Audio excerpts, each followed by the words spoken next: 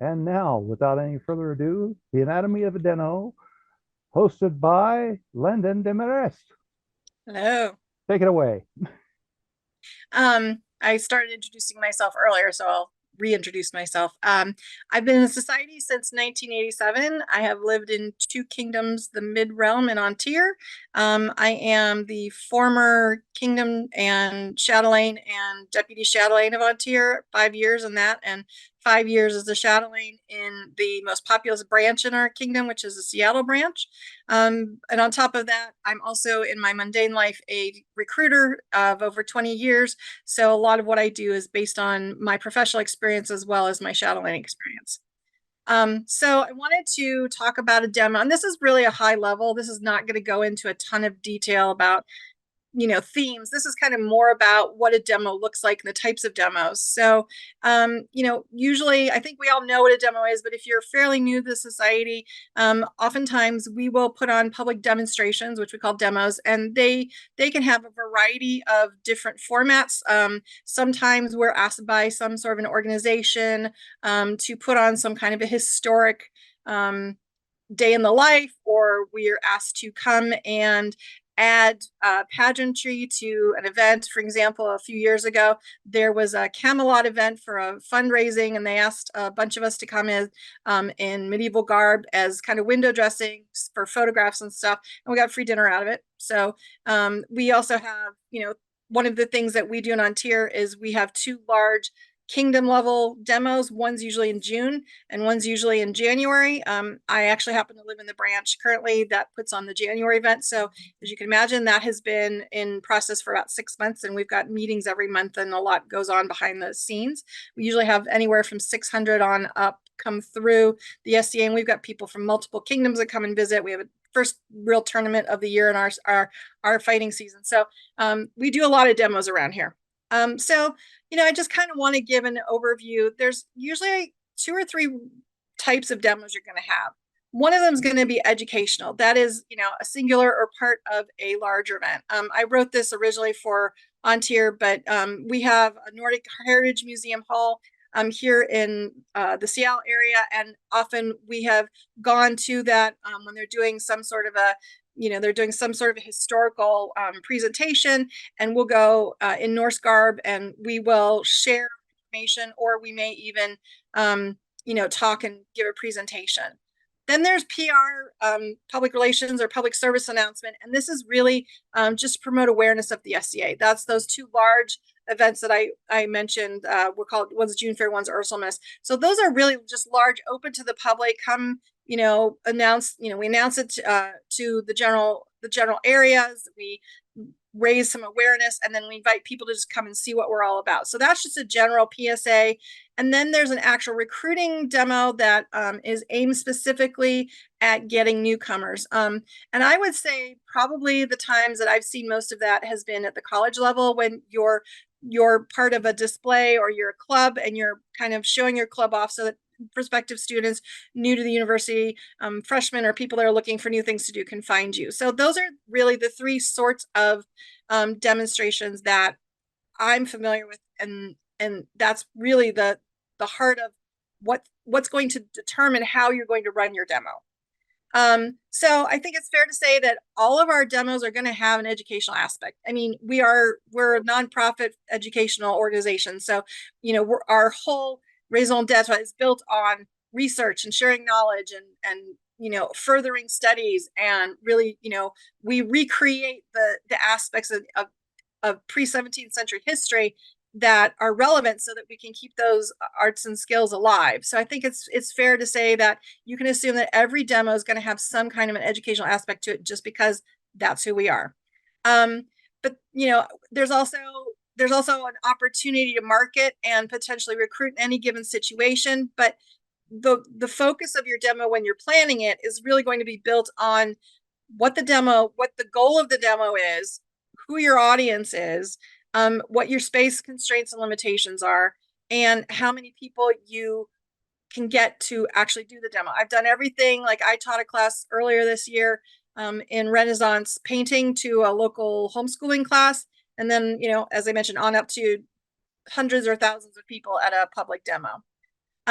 So I think the thing that's most important to remember is our demos, a successful demo is highly interactive. It's not just someone standing in front of a room and giving a presentation. I think it's really important to, you really, really want to have people involved, and you want to set up your demo so that people that are not in the SEA or who are curious have the opportunity to kind of ask questions, maybe if it's possible, touch things. Obviously that's not going to be the right thing for every demo in every situation, but if you can pass around samples of things, or for example, if you have activities for children that they can do at a demo. One of the things, we have an amazing artist here, and she has made bookmarks that we print up and we put on tables with paints, and children at demos can come and they can actually paint heraldic and medieval or historically based bookmarks that they can take with them. So you really, really want to, for recruiting demos, it's really super important that you get the contact information, follow up and takeaway materials such as flyers and pamphlets. You want to make sure that whomever that you are going to try to engage with to potentially join the SEA has plenty of materials that they can take away with them, information, information of where they can find their group, when meetings, fight practices, socials, whenever any of those activities are. So make sure that you are really, really well prepared for the sort of demo that you're going to do. So here are some examples of things that you might find that are interactive. I mean, fighting is always popular because it's fast paced and it's very relatable. Movies and TVs, fantasy, historical films, historical TV shows are always coming up. So I think it's fair to say that fighting is one of those things that is relatable, and especially since there's so many different cultures that have different martial arts. So I think that that's fair to say that that's something that's highly interactive. So rapier, Olympic fencing, and archery correlate to our own rapier combat and archery competition. So that those are modern day activities that people partake in, that this could be a new outlet for them. So making sure that you are covering those different populations when you're announcing or trying to reach out to specific populations to invite them to come see. Music and dancing are not only visual relatable, but those are things that are completely interactive. You can teach a simple song, teach a simple country dance, and have an area where people can just do a quick contra dance, or that they can actually see, things are easy. A pavon is really easy if you want something that's a little bit more interactive or a little faster paced, do a brawl. So there are really, really lots of ways that you can engage with music, dancing, and of course, storytelling, always really, really popular with just about every aspect of every population. Having a gaming table for things like fox and geese, or an ongoing game of cub or 9-man Morris if you have enough room, and let the audience learn and participate in it. And then also, if you can demonstrate how a medieval or historical game is morphed into something modern, that's always a really, really good way to show the correlation from history is repeated in modern times in different ways, and here's the background of it. Display the life cycle of a fabric. Wool is especially good for this. You get some raw wool, carding brushes, a dye vat, drop spindle loom, and just show the different aspects of the life cycle of wool. Food and games and pictures, pamphlets with period recipes with translations. These are things that can be taken away, and things that anyone can enjoy and really get an idea of what we do. So I think one of the biggest things I want to hit on is demos are not only the purview of the chatelaine. It's not fair to assume that the chatelaine is the one that should manage every single demo. Anyone in any group can put on a demo, and I think it's important to understand that. Now, that being said, the chatelaine and your chamberlain should be able to help you with the materials, help you with advice. But if you want to put on a demo, so say your child is in a scout club and a scout troop, and they are doing some kind of a special historical demonstration, or maybe they're doing something, they're doing a period where they're looking at mechanics or things that are relevant, and you want to put together a demo for your child's scout troop, you should be able to do that. And I think that that's really important, and it should not always be assumed that it has to go through the chatelaine. So I think that that's one of the main misconceptions a lot of people have about demos. So, you have resources if you want to do this. So obviously talking to your officers and the guild heads you have, that's a great place to start. The Chalet Chamberlain should be able to provide you or help you with resources like demo kits or activities that are ready to set up, flyers and pamphlets and available to print or give out for information sources. And they could also be a good resource for you to possibly contact in your local group. Peers in your area is also a good resource because part of being a peer is to teach, instruct, and share knowledge. So any of those demonstrations that you might want to do, find out if so say you're doing something with fabric. So find out if there are any laurels in your group that have fiber arts or something to do with the history of weaving or anything like wool or linen or silk. If they've done a lot of research on it and they've gotten their laurel in it, invite them to speak. Those are great resources that you have. Also, if you're going to be putting on fighting, I think it should be safe to say your local marshal, your knights, masters of arms, your masters of defense, you can involve all of them in the demo and by asking them. And if you're in a really populous area, reaching out to neighboring groups is also a great way to get some diversity into your demo. I live in a very, very, very heavily populated area. We have 5 baronies that run back to back. You can literally hit 5 baronies in a 2-hour drive from where I live. So things to keep in mind, you can also invite other people that might be interested in coming to help you out. So when you're being asked to put on a demo by request, a few things you want to ask your host. This is the preparation part of thing. Is this a theme or special event we're enhancing? What are the times for the demo, including setup and teardown? Kind of go over the space allotments, indoor and outdoor. And if it's outdoors, is it covered? Is there a rain contingency? Can we put up pavilions or pop-ups? How large is the space allotted for the display activities? Tables, chairs, height, weight restrictions? Is there water nearby? Electricity, parking, unloading zone options? Is there a maximum number of people allowed? Is this something where we can move around? For example, having a bard or troubadour moving with an instrument among the crowds? Or is it more of an open house where the audience circulates? So these are things you want to think about.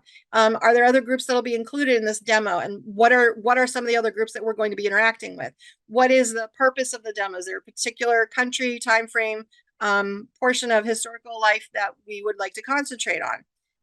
What's your expected audience size? Is there a website where we can reference for our participants with more information on the event space? Is it possible to walk through before the demo to get a sense of the space, do some measurements, etc.? So some other things you should take into consideration. This may seem obvious, but having people in garb. And again, if there's a specific time frame that you're looking at, ask your participants to try and approximate that time frame. I mean, not everybody's going to have Italian Renaissance or Anglo-Saxon or Norse or Elizabethan or Tudor. But if you have people, if there is a general time frame, ask. If there's a specific country or ethnicity that is hosting, see if there is anybody in your local group or groups that may have some knowledge about that maybe that's part of their persona development.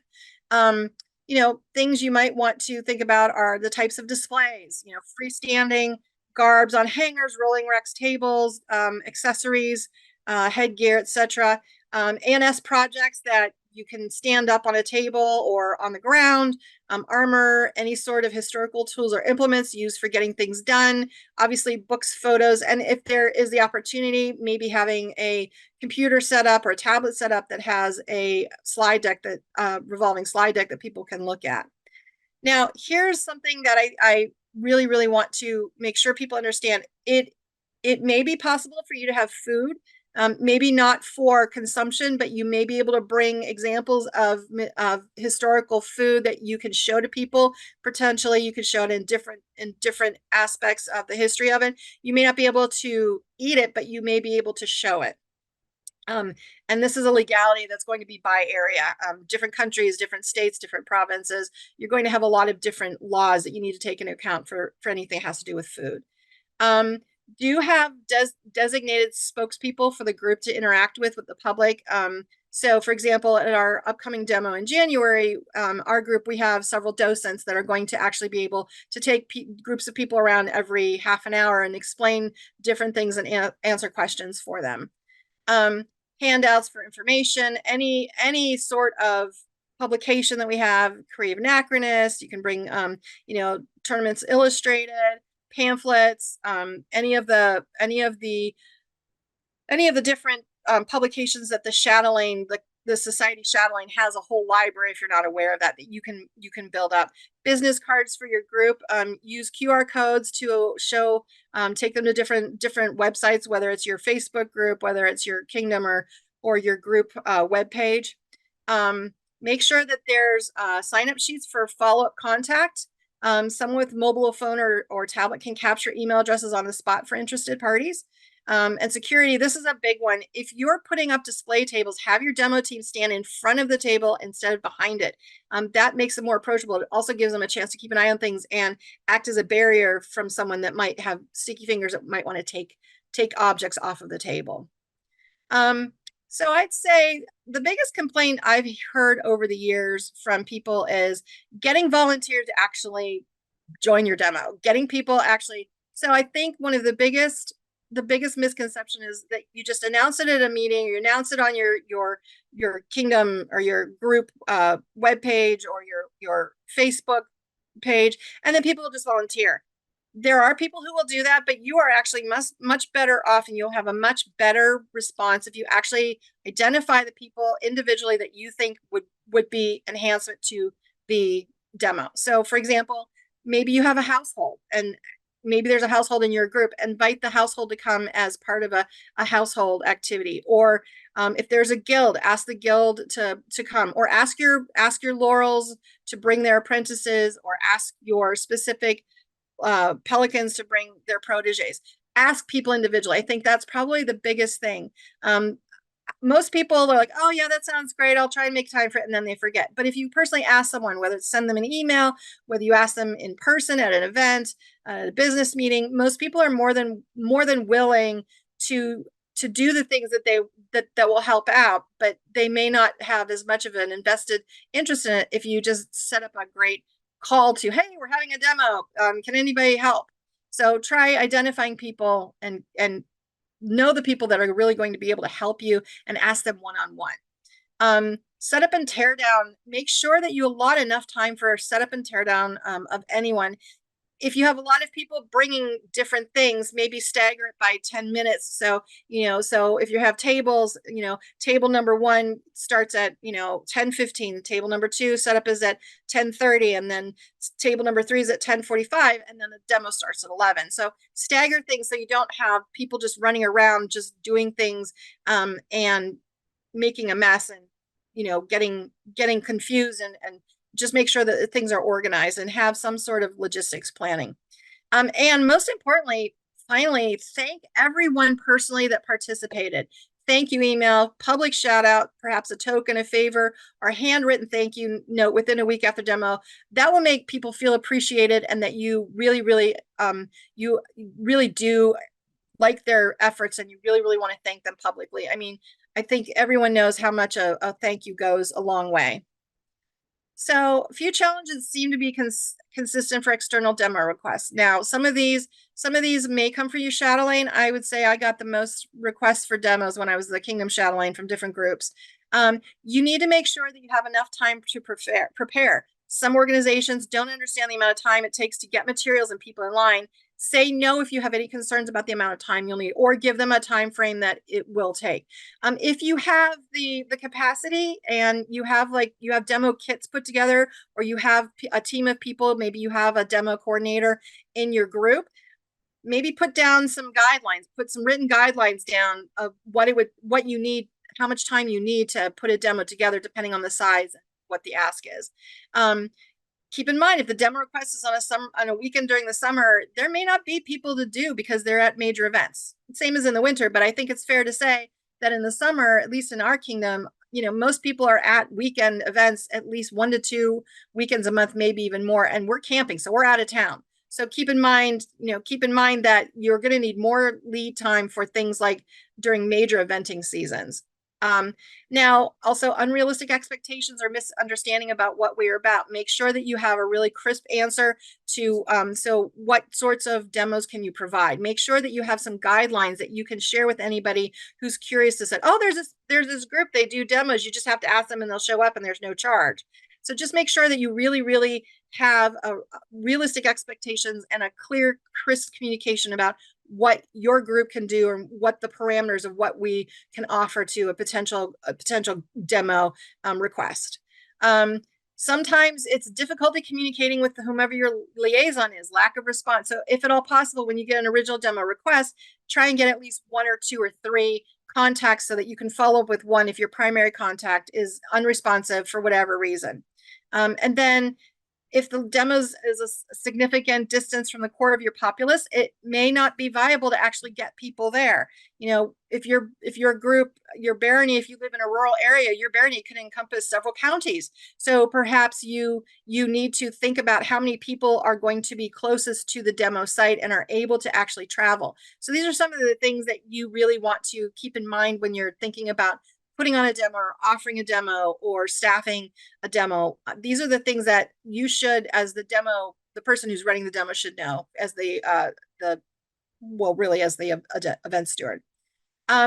So there are a couple of factors that make for a successful public demo when your group is working on promoting your branch independently: location and publicity. So if you're putting on a demo for either public service announcement or PR or for recruiting, think about location, location, location. Think about where people are going to find you, how easy it is to get to. So parks are really big. Libraries, if you can do things both inside and outside a library or community center, schools, parking lots, shopping areas, near office parks or other places of high density and employment or heavily trafficked areas.